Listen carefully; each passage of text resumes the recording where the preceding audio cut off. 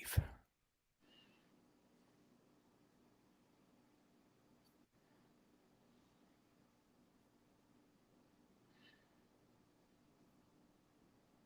Oh, hello and welcome to the Vandy 24/7 podcast. Did not realize we were live there for a minute. I'm your host, Chris Lee. This show presented by FanDuel. I've been teasing a few surprises for the show for weeks. And here's our first one. It's my good friend, Will Perdue. You know him. He's the former SEC basketball player and athlete of the year at Vanderbilt.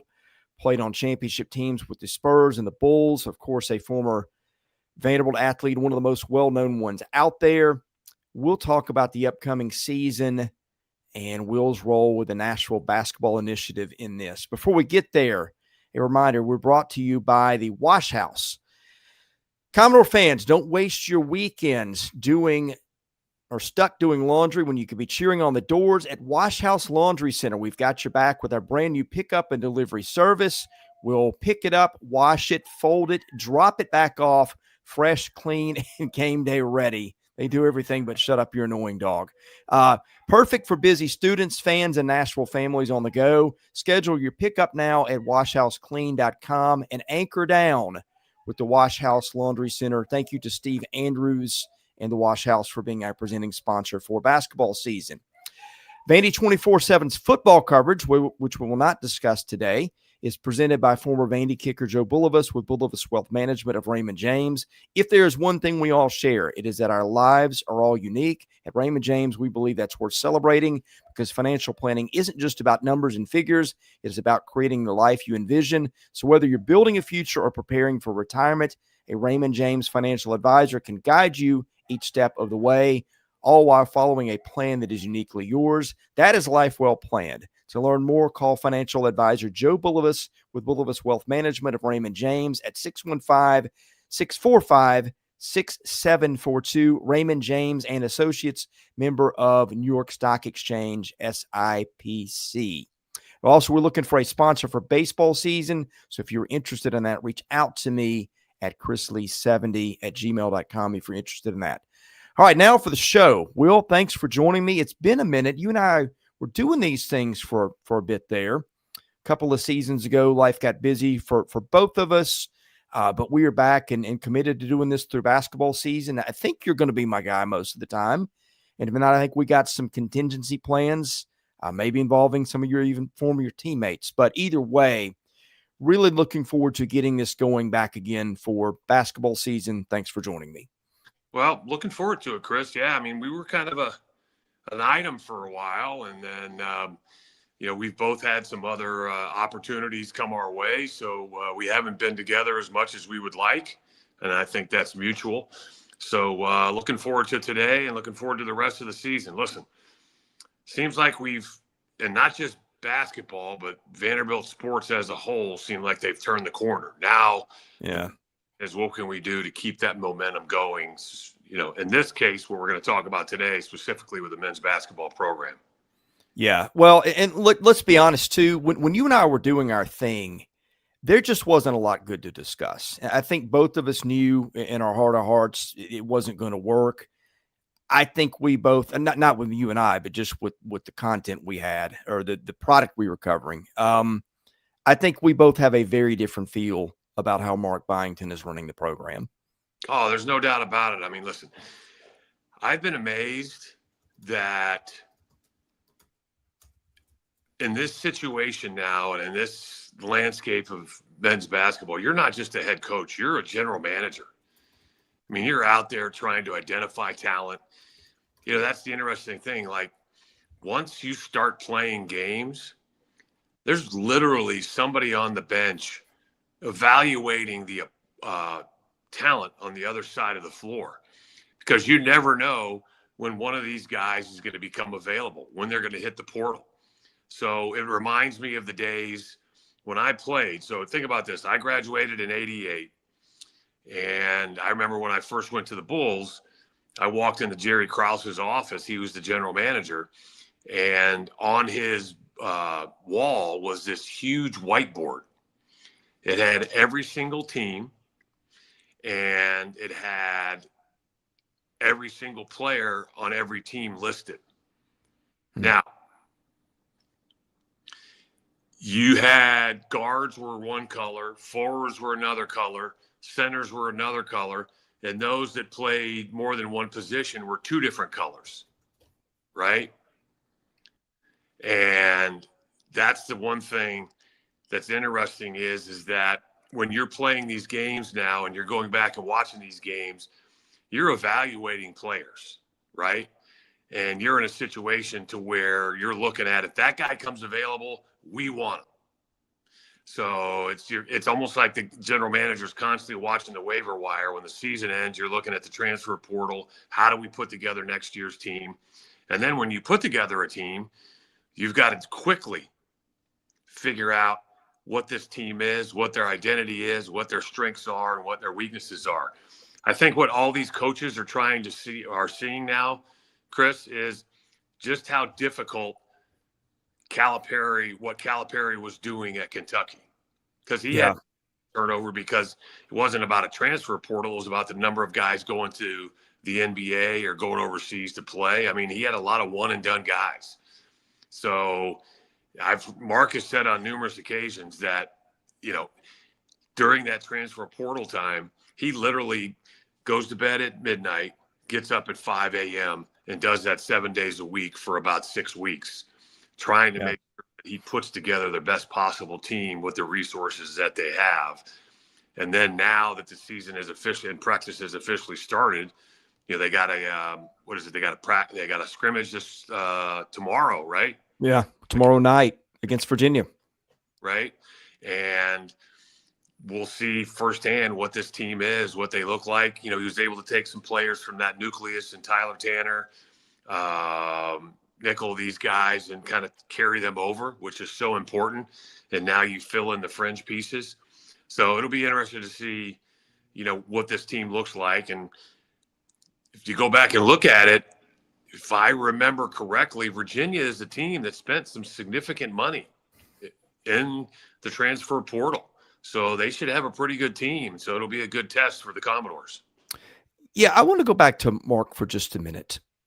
He strikes me as one of these guys, and you just kind of went off the get up early and work late and in 6 weeks looking at the portal. He's always struck me as one of these guys who doesn't leave a lot to chance. I think a lot like James Franklin. That those guys differ in some other ways, but like there weren't a lot of stuff. Tim Corbin is a great example too. I just don't think Tim leaves a lot to chance. So Tim might have been late to adopt into the portal, whereas Mark was probably more forward thinking in his approach. But they're guys that work all the time. They're detail oriented. They're very bright. Like in terms of the mindset, there's a lot there that I think you can work with to succeed. Now, sometimes those guys that are wired that way are also very task oriented. They're not people. Sometimes they're just jerks. I think the thing I like about Mark is like he's very personable in addition to that, which I think serves him well in recruiting, which, by the way, you are now seeing on the high school front right now with the really, really outstanding class that he's assembled so far. Yeah, I agree with you. It's really hard. I kind of honestly, in the interactions I've had with Mark, the number of conversations I've had with Mark on the phone, he kind of reminds me of those people that, and you are correct. Let me preface it by saying I think he is a very personable person, and I enjoy working with him, or should I say talking with him. But sometimes when you're having that conversation, or sometimes when you're on the phone and there's some dead air, I know exactly where you're going. You're looking at him, talking to him, and you're like, he's present, but there's something else going through his head regarding basketball, regarding personnel, regarding lineups. He is, as he's even admitted, he's kind of like the jester, and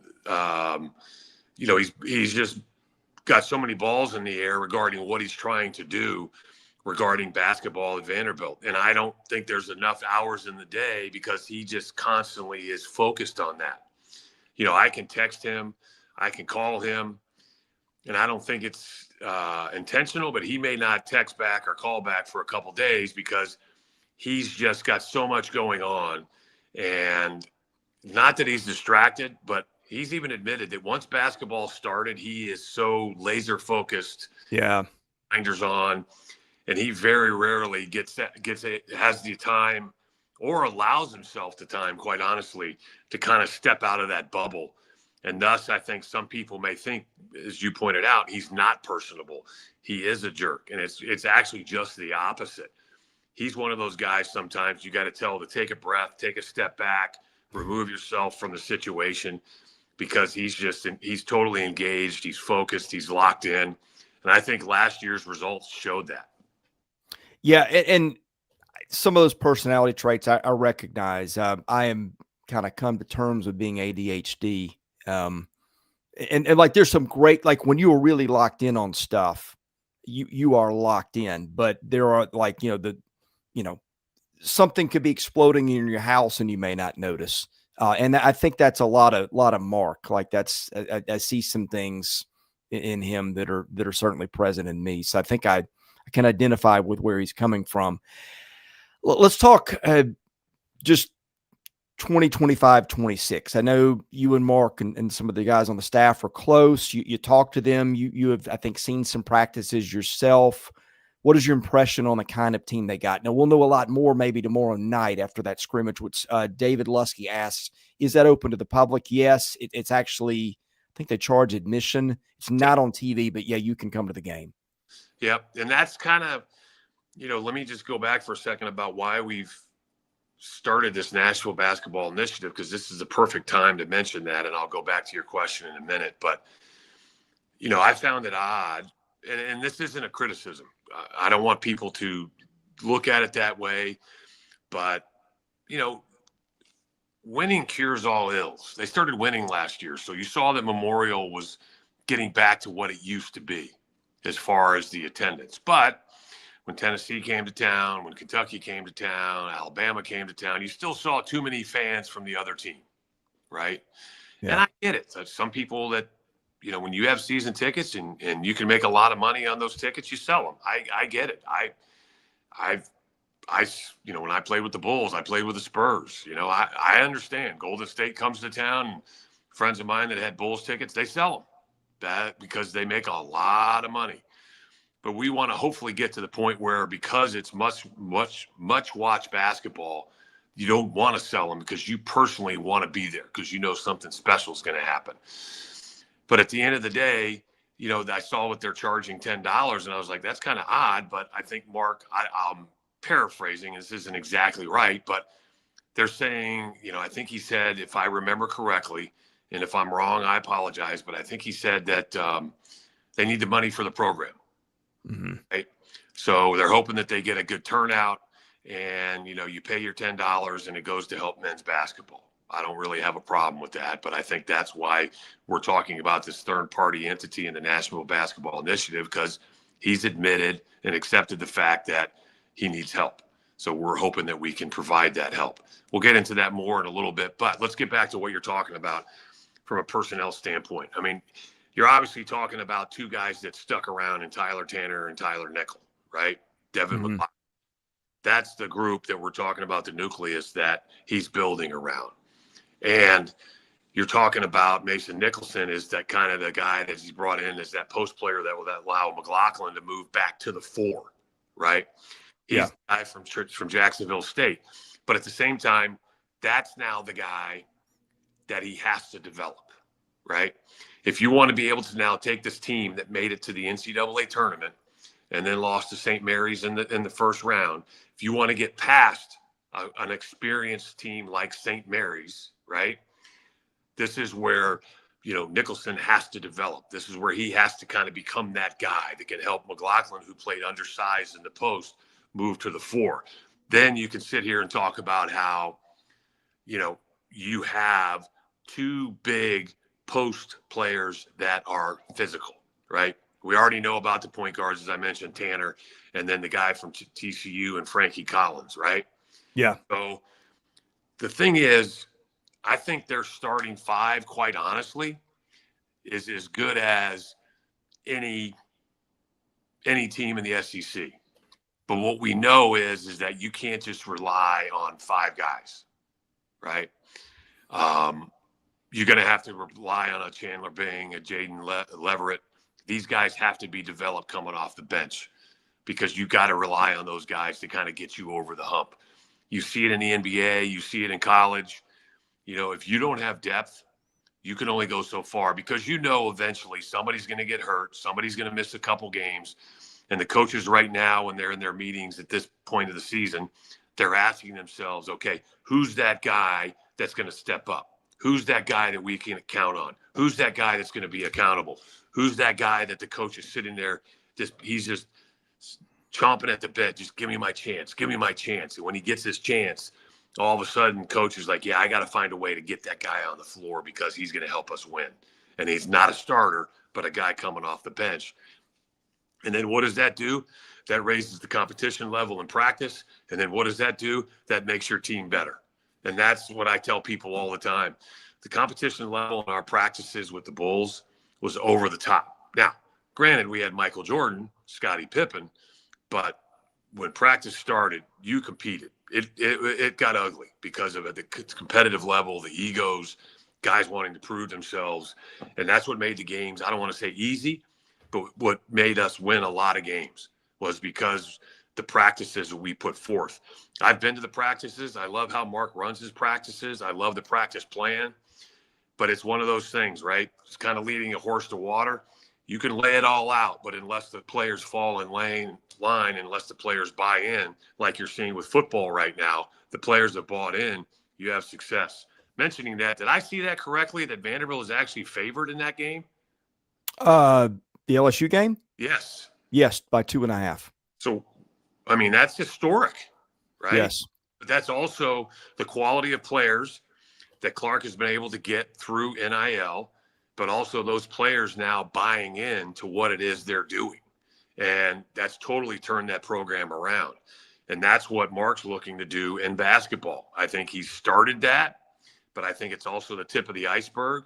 And again, I know he really likes his team. His team is talented, but through these practices, through these scrimmages, these practice games, and the pre-SEC season, that's where you got to get these guys to buy in. Because if people that haven't noticed, in the SEC media poll, Vanderbilt's still ranked 11th.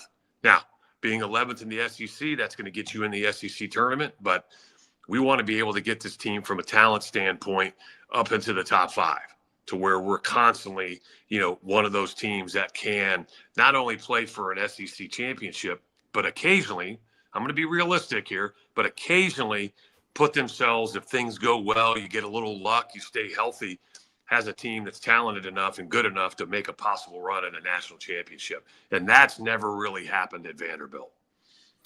Well, I think they're going to be pretty good this year. There's a couple things I wanted to talk about. He talked about they just did not have enough. I don't know how he put it, but he mentioned it in media days. And I agreed. You could see it happening as the season progressed. Enough size or rim protection inside or whatever. He brought in Jalen Washington, Mason Nicholson there. Both those guys were, I don't know if they have a shot blocker on this team, but although, let's see. Yeah, but here's the thing. Well, Nicholson was a shot blocker last year, I think. But I mean, sometimes it's just a guy to stand there and be big enough that, it's tough to get a shot off. Yes, you're exactly right. Because those that are not shot blockers, let's say those that don't have the length that I did. I was 7 foot with long arms, right? You have to learn how to do all your work on the floor with your body, right? So that when you're 6'10" and you're guarding a 7-footer, you're not necessarily a shot blocker per se, but you're a physical presence that's going to work on another big's body, right? Yep. You're in a position to now where, because of your ability to withstand force from your opponent and then give out force or physicality, it's going to be difficult for that big or that guard or whoever's looking to, to penetrate the defense and get into the paint. It's going to be difficult for that guy to get the ball up at the rim, right? Because of that. With the law of verticality, you're supposed to be able to go up with your hands up and, take the blow as long as you go straight up and don't bring the hands down. But if you can take that blow physically because of your size being strong enough, but also big enough, and then contest that shot, you make the level of difficulty off the charts. What you did see last year because of injury was there was not a lot of fear from opponents of putting the ball on the deck and attacking the rim. Yeah. Right? And then what did you see? If shots were missed because of an opponent's length and the lack of physicality overall from the team, a lot of second chance opportunities for the opponent. So I think that he's addressed that this year. But again, it has to do with health. But he does have some depth that he didn't have last year and some belief that these guys that are coming off the bench will be able to step in those roles. Yeah, and it's not just the rim protection. Like, I'm looking at a couple other things. You kind of touched on beef. I mean, listed weights and heights: Mason Nicholson 6'10", 280, Tyler Nichols 6'7", 220, Devin McLaughlin 6'7", 230, AJ Okereke 6'7", 235, and Jalen Washington 6'10", 235. Block shots last year: Nicholson 60, Tyler Harris had 32. McLaughlin 36, Okereke 31, Washington 30. Like, you might have kind of a shot blocking by committee team. Yeah. I think I just scared Will out of the paint. What happened here, man? Listen, at the same time, I think he's there you go. But we know that we're going to be in a position to where we're kind of small on the perimeter. And that's okay. The one thing I like about Tanner and Frankie Collins, I think those guys are physical for their positions, right? Think about the experience now that Tyler Tanner has now compared to last year, right? Because what pre-SEC, I don't think he had a turnover in pre-SEC play, right? Correct. But you get to the SEC and the quality starts to rise. You saw some weaknesses start to be exposed, but you knew that was coming. He was a true freshman. So now he's a sophomore. He's got a year under his belt. He knows what he needs to work on. He looks like he's bulked up a little bit. He looks a little stronger. I mean, we're talking about the eye test. But the main thing is these guys just got to be able to take the physicality on the perimeter as well, meaning stay in front of a guy. Occasionally they're going to get by you, but it's just don't allow the easy things. Don't allow the uncontested threes. Don't allow the easy drive to the hoop, things of that nature, because when you get beat individually, now you're totally relying on your teammates and trusting your teammates to rotate properly. And that's where they struggled a little bit as well, in my opinion, was their rotations were a step behind. But I think they've addressed that. And, again, I think the talent level this year is better than last year. They're deeper than last year. But again, this is an unprecedented statement. And I know people like raise an eyebrow, but when you talk about depth and you talk about how good a conference is, I honestly think the basketball is deeper and better than football is this year in the SEC. And I don't think people like to hear that statement, but I think that's just unprecedented how good the league was last year. And I think it's actually better this year. Yeah, and I've got some stuff I put together on last year's roster and what it did that's a little eye-popping when you put it all together, how these guys did last year and what that looks like as a collective. We'll get to that in the mailbag because Justin has kind of hit on some of those things in the chat questions. We're also going to get to the mailbag here in a minute. But Will, I know the other part of what we wanted to do today was to talk about the Nashville Basketball Initiative. I know you have touched on that a little bit already, but the floor is yours to go ahead. I know, and a lot of it too, the landscape is changing quickly. And you heard a lot of uncertainty from Mark Byington about some things, about their ability to be effective there at his SEC Media Day. So that kind of ties into where you guys are coming from, particularly the Big East, right? With the revenue share arrangements and Big East not having football. Like, if you just go straight revenue share, they're going to have the ability to outbid anybody and everybody, I think. So that's kind of a large part of this too. So I've covered a lot of ground that you may cover anyway, but I wanted to give you a little bit of a runway to talk about the Nashville Basketball Initiative, your involvement in it, and why you think it's important. Well, Mark has made it very clear. There was an article in Yahoo Sports that he talked about how, whether you like it or not, those coaches are already starting to focus some of their attention on next year's team, right? This year, 25-26 season. They're constantly trying to work on preparing themselves for the following season. And it's not just about how good is the high school class that you're bringing in, right? Because most teams are built through the portal. You still have to bring in quality high school players that you can hopefully develop, and those are your guys that you keep 2 or 3 years. But then there's always the fear you bring in a really good player, you develop them, and then somebody cherry picks. I think we saw that happen with football the 2 years that Clark was here, because they just didn't have the NIL resources that Georgia, Tennessee, some of these other bigger SEC schools have, right?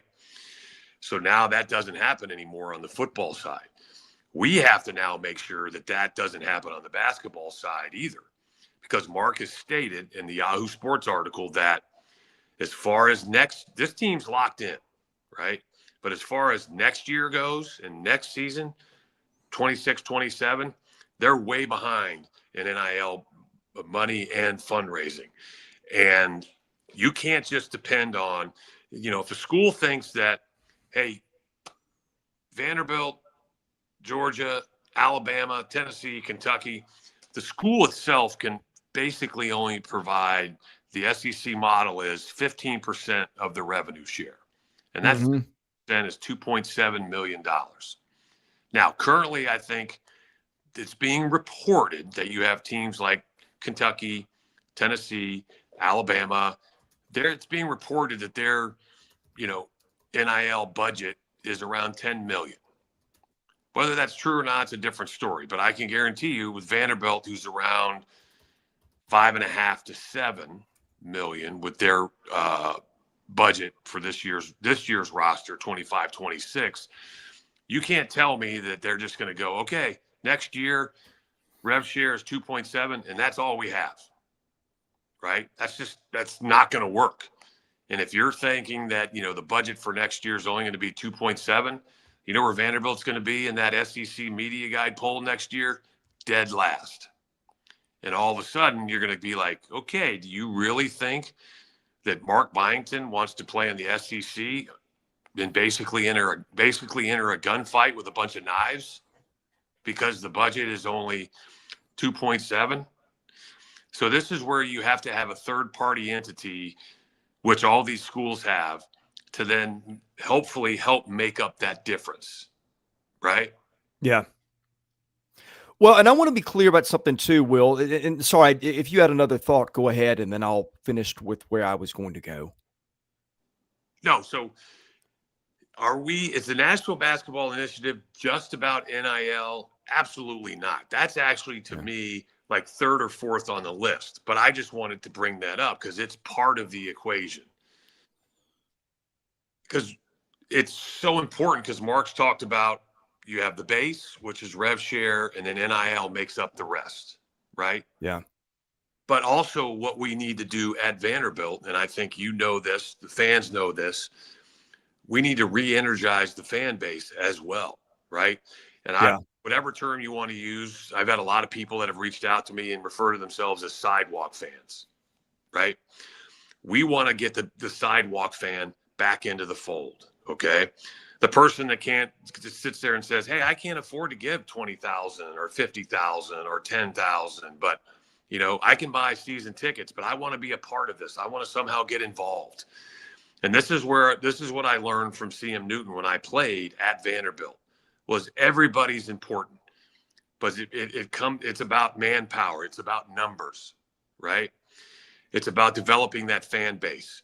You're sitting at a stoplight and you look to your left and somebody's got a Vanderbilt basketball sticker on their car, or they got that flag on the top of their window, right?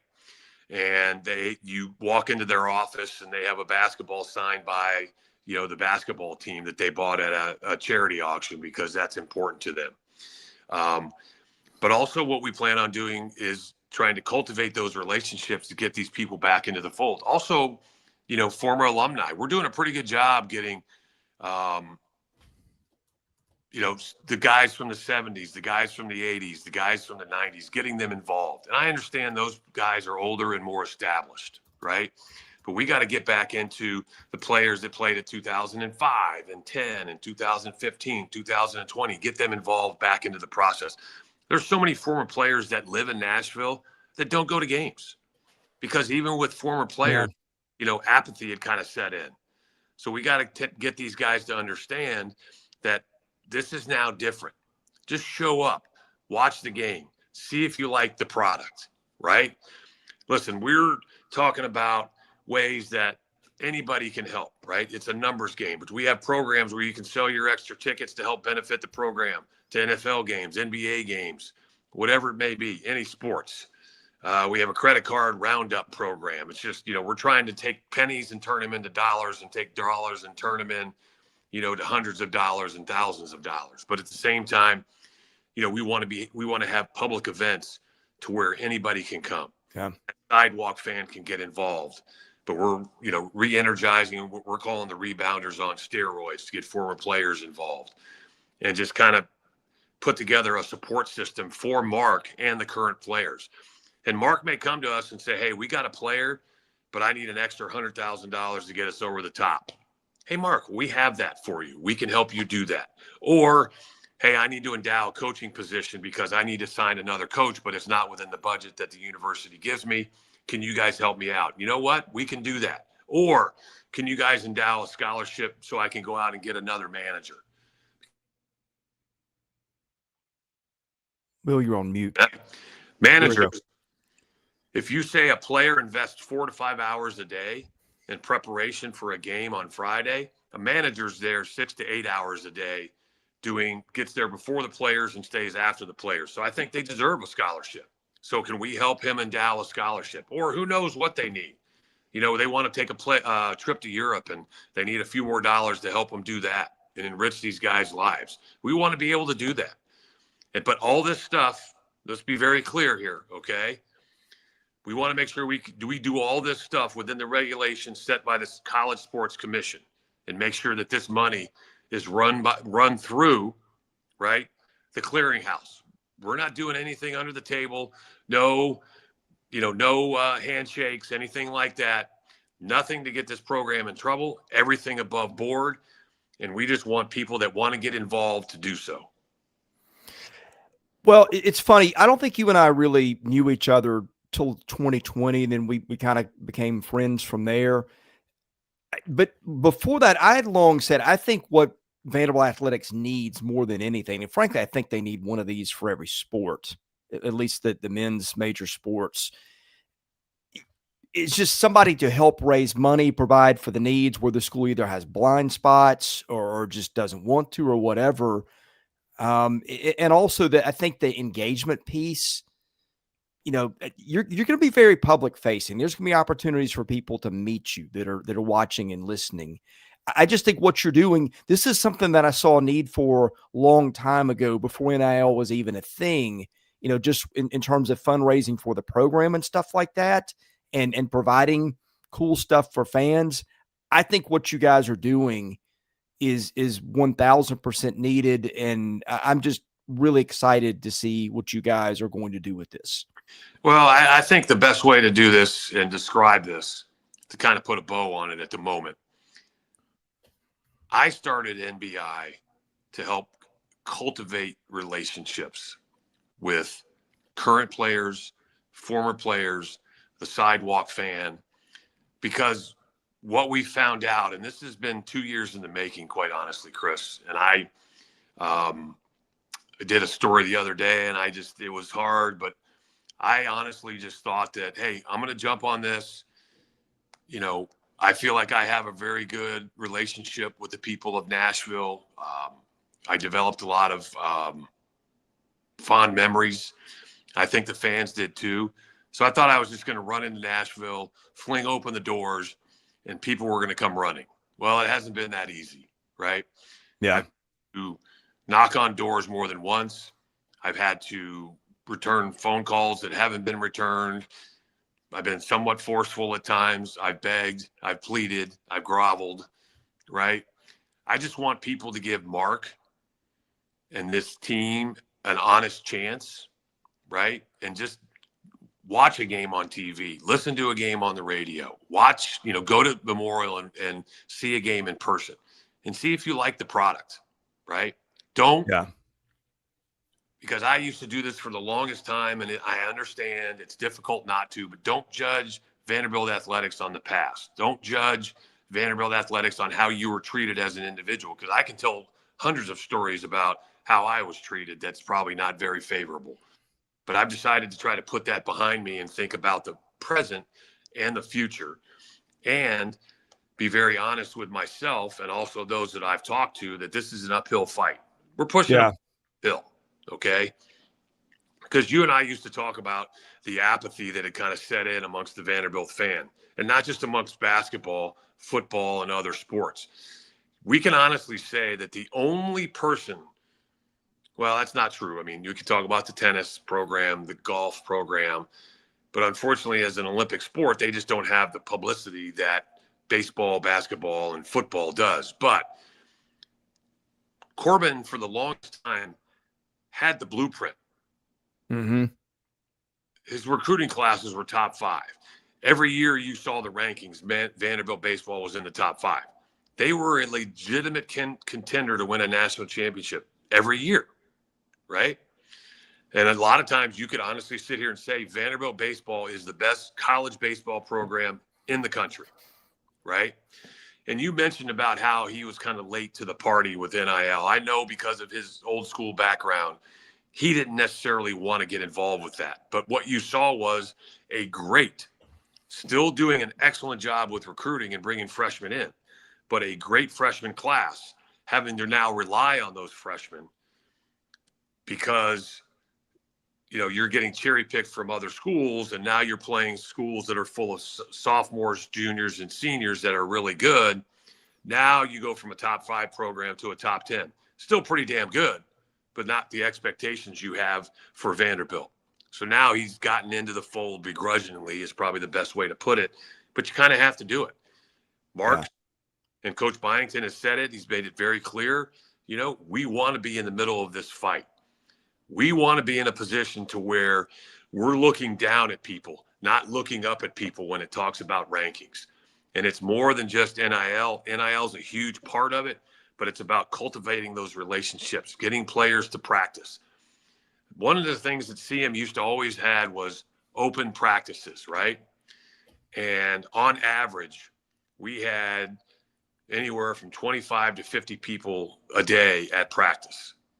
And these were the relationships that CM had cultivated with former players, alumni, and businessmen in town that he had just developed relationships with, that because of CM Newton and the amount of time that he invested in the community, would come to practice, would support men's basketball. And I'll close it by saying this part regarding NBI. When I got to Vanderbilt, we were basically a 500 team, right? And we weren't going, overall, our schedule was 15-15, 16-14. We weren't going to the tournament. We were playing in the NIT. But because of the groundwork that CM Newton had done, that place was sold out every night. And we eventually got to a point where we were consistently in the NCAA tournament. Now, that's in the past, but I think now we have a guy in Mark Byington, as we just talked about at the beginning of this, who's totally focused on making Vanderbilt a consistent player. But he just doesn't want to be a consistent player. He wants to be a contender, not a pretender. A pretender is a team, in my opinion, that can make the NCAA tournament every year, but unless, like winning the lottery, something magical happens and you catch lightning in a bottle, which does happen periodically, you really don't have a true chance of contending. You can scare some people and you can compete, but there's a lot of teams that can compete, but they still have a losing record, but they make things difficult for their opponent. We want to be a team that can do more than compete. We want a team that can win even when they don't play well because of the amount of talent they have. But I also want those players to be able to turn around like I did when I was there and see the support. Yeah. Look at practice and see the people at practice, right? And then I always remember when we went to Nebraska and made it to the Sweet 16 and came back, and the thousands of people that were at the Nashville airport blew my mind. And I just was stunned. And I wanted to help Mark try to get back to that notoriety to, quite honestly, I know this is a scary thought, because I think this is what's going on with football right now with the number of open coaching positions. They're coming after Clark Lee, right? Mm-hmm. But I also want to be in that position where these schools are constantly coming after Mark Byington because of the success and the consistent success he's had at Vanderbilt.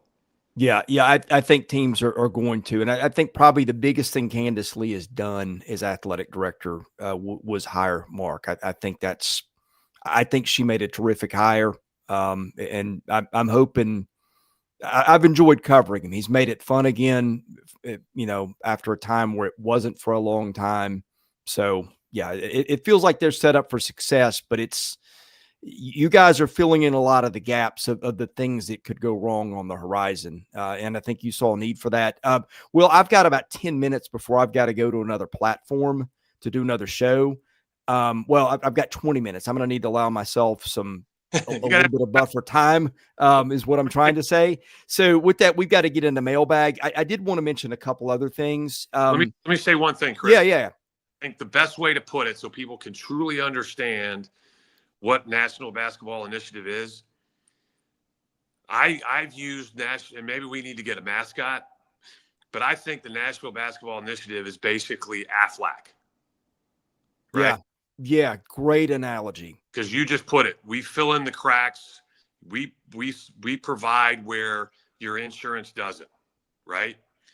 And you have that secondary level of confidence knowing that everything's going to be okay. And we want to provide that second level of confidence for Mark, knowing that outside of rev share, outside of anything and everything and any problem he has, he's got a group of guys, and we're hoping thousands, guys, girls, families that are willing to help him and support him, not just financially. Let's not just focus on that, but also vocally, emotionally, and personally be there, because it takes a village, right? And that's kind of what we're hoping to do. Well, a couple things before we get to the mailbag. There is a link in the chat with the survey. So check that out in the chat. You can catch it live, or if you're watching this on replay, you should be able to pick it up there too. We'll also post that on the board. That'll help people know how they can get involved. Also, you can put up our mailing list too. Yeah. Go ahead. Sorry. So what was that? I'm sorry. You can catch NBI on Twitter or X, however you like to refer to it. It's just, we're all over all the social media platforms. We're just trying to find easy ways for people to reach out and find out about Nashville Basketball Initiative. Yeah. And that stuff's going to be all over our board and our podcast. So like, if you're missing it today or can't find it, don't worry. It's going to be, I want to say two more things before we move to the mailbag. Yes, sir. I think the time you have put between you and Robert Sampson, who's kind of your right-hand man in this, you guys have put in, I don't know if it's an exaggeration, hundreds, maybe 1,000 hours of unpaid work to get this off the ground. Is that a fair way to put it? Yeah, we've done Zoom chats, phone calls, emails. I've been to Vanderbilt numerous times where, Robert picked me up at the airport and we hit the ground running with breakfast, lunch meetings, dinner meetings, meeting people in their office. Like I said, it's just trying to get that being face forward at meeting these people so they understand what I'm doing is I'm truly behind. I'm passionate about this. It's not just, something that I'm doing on the side.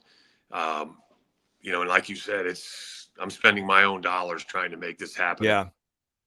Hoping you have spent a lot of money and time for nothing in return, just because this is something you're passionate about. I just wanted, nobody asked me to say that, but I know what you guys have done, and I wanted the audience to know that too. But I think we're finally starting to get some traction. We're starting to get some involvement, and people are starting to finally kind of talk about us. And that's kind of what we had hoped for. As I mentioned earlier in our discussion, it took a lot longer than I anticipated, but we're starting to see some returns on our investments. Yeah. The other thing too, is you have the backing of a lot of former players and even some key alumni who didn't play too. Is that fair to say? That is exactly correct. Yes, sir. Yeah. So this is a well-organized thing with a lot of support. And again, it's going to be a thing that's going to be in a lot of spots, very forward facing with the fans and give you guys a chance to get involved and meet the people that you grew up rooting for. I just think this is one of the coolest things around Vanderbilt athletics in a long time. And I commend you and Robert for getting that off the ground. All right. I got to get to the mailbag. We're not going to be able to hit everybody's question just because of time today, but hey, ask them again. We will. Our mailbag is sponsored by Sutherland & Belk, a family-owned injury law firm. If you or a loved one has been hurt in an accident, give Taylor or Russell a call, 615-846-6200. See what your rights are and if they can help. Guest line is presented by John Levin and Womble Bond Dickinson, also by Yeaman Packaging Systems, leaders in end-of-the-line packaging automation. Thank you to both John Levin and an anonymous donor I won't mention for their support of the show. We appreciate you guys for doing that. Okay. There's a lot of good ones. And with so little time, it is, boy, I'm going to have to be very selective about these. I'm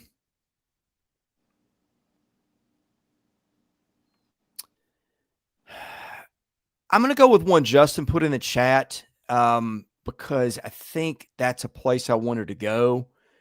And it was about shooting. I'm going to answer this one and leave you out of it, just so we can move on to the next one, because you'll need to be more involved in some of these. I took all the roster last year, what those guys did at other stops, other than Mike James, who didn't play last year. So I put in his stats from 2 years ago. This team a year ago shot 58% from two. The players on this team did 58% from two, 38% from three, and 73% from the foul line. 61% effective or true shooting percentage, which is pretty good. So teams should be able to shoot. Okay, now I'm going to throw something to you here. There's a couple about your former games. We'll get to those later. Let's see. W. Kane 5. Do you think we can make make sure Mark Byington is in at Vandy for the long haul with facilities, pay, NIL, and any other resources? Or is he destined to move on when the success meets the fever pitch at Vanderbilt? I think you mostly addressed that, but I'll give you some space to tie up any loose ends there. Well, I think we can. I think first and foremost, as we just mentioned, those facilities are outstanding, right? So let's just say at the moment, the facilities they have are just as good as any other school in the country. Let's just leave it right there. But at the end of the day, you have to be in a position to where he can consistently and comfortably go out and recruit not only high school players, but through the transfer portal and have the resources to do so. And that's, again, kind of why we're here at, this point with NBI.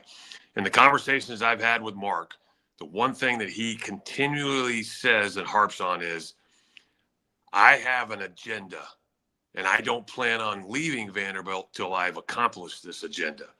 So I don't think he's a guy that's just going to, say, hey, throw his hands up in the air and be like, well, I tried, let's move on. I think he truly wants to prove, because, he came from a smaller school, that I am a legitimate coach. I can win at the Power 4 level. And not only can I win at the Power 4 level, but I can win consistently. And not only can I win consistently, I can put together a roster year by year, which they prefer not to do. But because of how this landscape is, that's what he is doing. But I think he truly wants to win the national championship. And let's hope that he stays long enough. And that's our responsibility as fans, and also as a university, to do that and to give him the resources to make that happen. All right. I'm going to just choose one more. And again, there's a lot of good ones, but I'm just pressed for time. JC24VU. How can you get to a point of packing Memorial again with Vandy fans for every game? Well, I mean, that's up to Mark, first and foremost, right? You put a winning product out there. And the other thing is, we just talked about, what was some of the things that fans complained about? How can you get to, like a team when there's significant turnover? I know Mark is working on being able to identify players, which you saw with Nickel and Tyler Tanner and McLaughlin, to where he constantly keeps the nucleus the same, right? You're in a now, because of NIL, because of something like the Nashville Basketball Initiative, to where not only do the guys want to stay, but they want to come here because of Mark, because of the offense he runs, because of how good this is, because of the fact that the fans are there and supportive, and not just in the gym, but also off the floor, knowing that, hey, if I don't go to the NBA or if I'm not good enough to play professionally, these Vanderbilt fans and these alumni, they're going to take care of me. They're going to help me get a good, solid job. And that way I check all the boxes. But it's also, be careful what you ask for, right? I joke with Mark all the time. Now you've got the practice facility. Now you've got talented players. This is the opportunity that you've asked for, right? Put me in this position to succeed, and that's what they're doing. So now we got to be able to do better and get farther than St. Mary's in the first round. But I think you're going to constantly see that, because if you truly want to see good basketball, and I keep saying this, and people are like, as soon as you say those words, it's disrespectful, but no disrespect to Belmont, Lipscomb, TSU. But the closest you're going to get to watching NBA style and quality of basketball is at Vanderbilt in that gymnasium, specifically once you get into SEC play. But some of these other SEC teams, you're going to see NBA quality players on a nightly basis. And that's where you get that done in Memorial Gymnasium. Hey, Will, I've got to run. We Yes, could sir. have done a 2-hour podcast today easily. Just didn't have time. But hey, don't worry. You're going to be back here on this platform a lot. Yes, sir. And maybe some other stuff coming too. All right, before we leave, I've been teasing some cool stuff with the podcast. My mother's passing kind of set me back a couple of weeks on some things. This is one of the things that I had teased. So again, a basketball presence from Will and some other guys is going to be a greater part of this show on a weekly basis. I'll be in charge of that. And I got one more thing. I think that maybe coming Friday, I got to type some loose ends, but I think if you're watching this, I think you're going to love what we'll do there. I'll just leave it at that. Not going to give you any more teasers in hopes that we can deliver. But that's the plan. And dangling the carrot. Yeah, well, the other part is protecting myself, because schedules are a two-way thing, right? I can't make promises for somebody else. That's right. We just do the best we can. Hey, before I go, podcast has always been free. We plan for it to be free. Here's how you can help keep it that way. Give us a review. Give us a thumbs up on YouTube. Give us a 5-star rating wherever you read your podcasts, and a nice review. That helps us get noticed. If you're listening and you're not subscribed to Vandy247.com, please do that. It is $99 a year. It helps us tremendously. Subscribe to the YouTube channel here. That is free. And if you're interested in sponsoring the show, chrislee70@gmail.com is where you do that. Thank you for listening. God bless you. We'll catch you again soon with more episodes of the Vandy 24/7 podcast, presented by FanDuel.